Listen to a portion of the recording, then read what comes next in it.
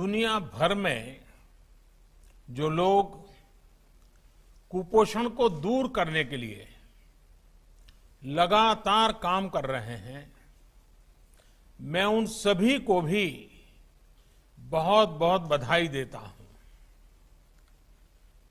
भारत के हमारे किसान साथी, हमारे अन्नदाता, हमारे कृषि वैज्ञानिक, हमारे आंगनवाड़ी और आशा कार्यकर्ता कुपोषण के खिलाफ आंदोलन का एक बहुत बड़ा हमारा मजबूत किला है, मजबूत आधार है।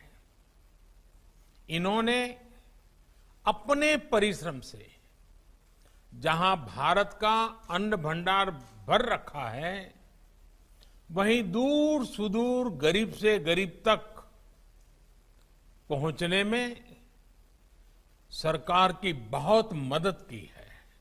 भारत अपने जितने नागरिकों को मुफ्त खाद्यान्न दे रहा है, वे पूरे यूरोपियन यूनियन और अमेरिका की कुल जनसंख्या से भी ज्यादा है। लेकिन कई बार हम रोजाना के जीवन में एक बड़ा ट्रेंड मिस कर देते हैं। फूड सिक्योरिटी को लेकर भारत ने जो किया है, उस मामले में भी कुछ ऐसा ही हुआ है। मेरे कुछ प्रश्न हैं जिससे जो हमारे इंटरनेशनल एक्सपर्ट्स हैं, उन्हें एहसास होगा कि भारत ने इस दिशा में क्या हासिल किया है। क्या आप ये जानते हैं कि साल 2014 तक सिर्फ 11 राज्यों में फूड सिक्योरिटी एक्ट लागू था और उसके बाद ही ये पूरे देश में प्रभावी तरीके से लागू हो पाया। क्या आप जानते हैं कि कोरोना के कारण जहां पूरी दुनिया संघर्ष कर रही है, वहीं भारत के किसानों ने इस बार पिछले साल के प्रोडक्शन के रिकॉर्ड को भी तोड़ दिया। क्या आप जानते हैं कि सरकार ने गेहूं, धान और दालें, सभी प्रकार के खाद्यान्न की खरीद के अपने सारे पुराने रिकॉर्ड तोड़ दिए हैं। क्या आपको ये पता है कि पिछले साल के 6 महीने की इसी अवधि की तुलना में एसेंशियल एग्रीकल्चरल कमोडिटीज के एक्सपोर्ट में 40% से ज्यादा की बढ़ोतरी हुई है? क्या आपको पता है कि देश के 28 राज्यों और केंद्र शासित प्रदेशों में खाद्य सुरक्षा को सुनिश्चित करने वाला one nation one ration card system लागू हो चुका है? साथियों, आज भारत में निरंतर ऐसे रिफॉर्म्स किए जा रहे हैं जो ग्लोबल फूड सिक्योरिटी के प्रति भारत के कमिटमेंट को दिखाते हैं। खेती और किसान को सशक्त करने से, वहां से लेकर के भारत के पब्लिक डिस्ट्रीब्यूशन सिस्टम तक में एक के बाद एक सुधार किए जा रहे हैं।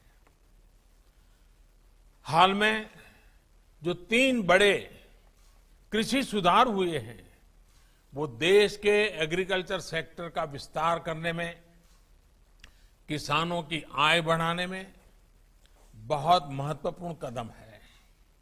साथियों, हमारे यहां एपीएमसी की एक व्यवस्था सालों से चल रही है, जिसकी अपनी एक पहचान है, उनकी अपनी एक ताकत भी है।